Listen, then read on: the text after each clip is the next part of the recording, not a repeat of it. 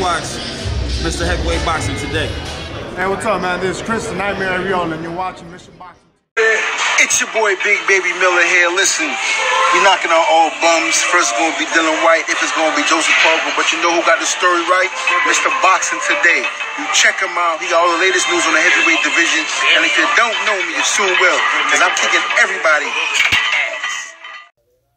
Heavyweight boxing fans, what's the deal? I tell you what, man. If Joseph Parker comes out and does the stuff that he's saying he's going to do on fight night, he's coming to hurt people. I've heard him. I've been listening to the interviews and I watched the open workout they had yesterday. They even had a little face-off today at the presser. Today's Thursday. Tomorrow's the weigh-in, and then we got the big fight on Saturday. All right. But if he does what he says he's going to do, he's coming to hurt people. He's punching with bad intentions. He's going to be aggressive. You know, all this stuff. We may have a fight of the year type of fight on our hands. We know what Dillian Whyte is coming to do. He's coming to go forward. Now, he's not coming to go forward, you know, face out in the air, wait for you to hit him. I like how Dillian has progressed in his career as far as coming forward, using his jab a little bit more, try to create openings while coming forward, being aggressive and setting up body shots.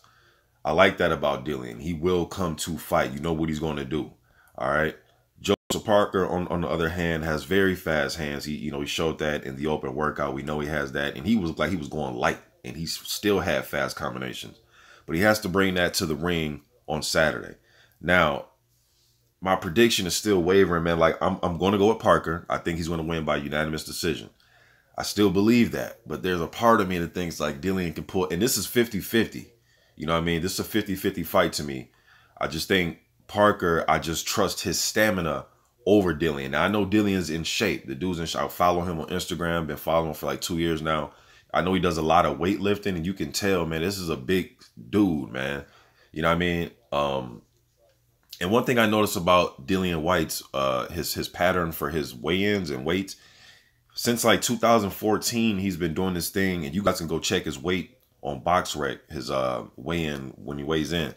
He does this thing where he goes like 240, he'll weigh like 246, 247. And then the next fight, he's like 254, 253. And then he's 246, 247. And then the next fight, he's 253, 254. Now, if he continues that same routine, he's been doing this for like the last 6 or 7 fights. If he continues that same routine, this fight, he should come in at 247. His last fight against Lucas Brown, he came in at 254. So I'm just curious to see if he'll keep that, you know, where he's kind of alternating, going from 254, 253 back down to 246, 247. So curious to see that. But looking at the open workout, he looks closer to like 260. He's a big. I was looking at his arms and his like forearms and his biceps. This is a big dude, man. I was just thinking like, man, if Parker could get him into a firefight where it's a you know, high volume type of fight, can he tire out Dillian Whyte? You know what I mean? But again, tire him out after possibly going toe-to-toe with him. So it may be a little bit different than just trying to wait him out, get him tired type of thing.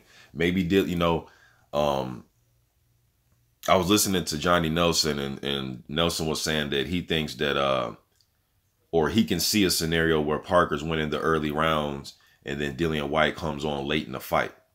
And I thought that was interesting because it's like, to me, in my opinion, if I'm looking at who has the better stamina, I will probably favor Joseph Parker. He seems to be like the more fresher fighter after 12-round fights, or fights that go into the back half of the fights. You know what I mean? But we'll see. That's the great thing about all this. We will see on Saturday. And if Dillian Whyte wins, it will not surprise me, but I'm favoring Parker. So I'm going to stick with my pick. And if I'm wrong, I'm wrong. I will give Dillian Whyte all the props. You know what I mean? Especially if he goes in there and dominates Joseph Parker, knocks him out or dominates him. You know what I mean? But a win is a win. You know, but Parker, you know, he's been talking a lot about, you know, like I said, he's coming to hurt him and just all this new talk that I've never heard from Parker. Now, maybe from his last fight, he's feeling a certain way. And he wants to come out and he wants to entertain the crowd. Maybe he feels as if that he didn't give it his all in his last fight. And he's going to leave nothing on the table this time around. Because I thought he could have did more in the back half of that fight against Anthony Joshua. I thought he was showing good elusiveness and good defense, head movement, footwork, but he wasn't throwing enough. You know what I mean? I thought he could have threw more. and set down on more punching and threw more combinations.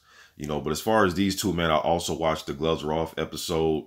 And I could see Whyte was calling him a coward, saying he still respected Parker, but he thought he was a coward because he didn't believe that Parker gave it his all in that Joshua fight, and he was happy to go 12. That's what Dillian Whyte was saying. And then even at this face-off, I seen Dillian Whyte kind of pat Joseph Parker on his cheek, on the side of his face, and then they shook hands. And it's little things Whyte's doing with Parker when they get around each other, kind of showing his dominance over him, so to speak. Some of you guys probably don't get what I'm saying, man, but he does these little things I notice when he's around Parker to show him like who's in control. You know what I mean? Patting him on his face or calling him a cow. You know, it's just little things that he's doing, man. Parker reacts how he always reacts. He's not going to say much. He's, you know, a real laid back guy. To me, sometimes a little bit too laid back, especially when somebody touches your face, man. I mean, he doesn't have to fist fight the dude, but I don't know. It's, you know, I don't know. Not too many, you know, guys that want to, you know, I don't know. I just thought that was weird, man, for him to let him touch his face like that. But we'll see Saturday, you know. So I'll probably do a video tomorrow after the weigh-in.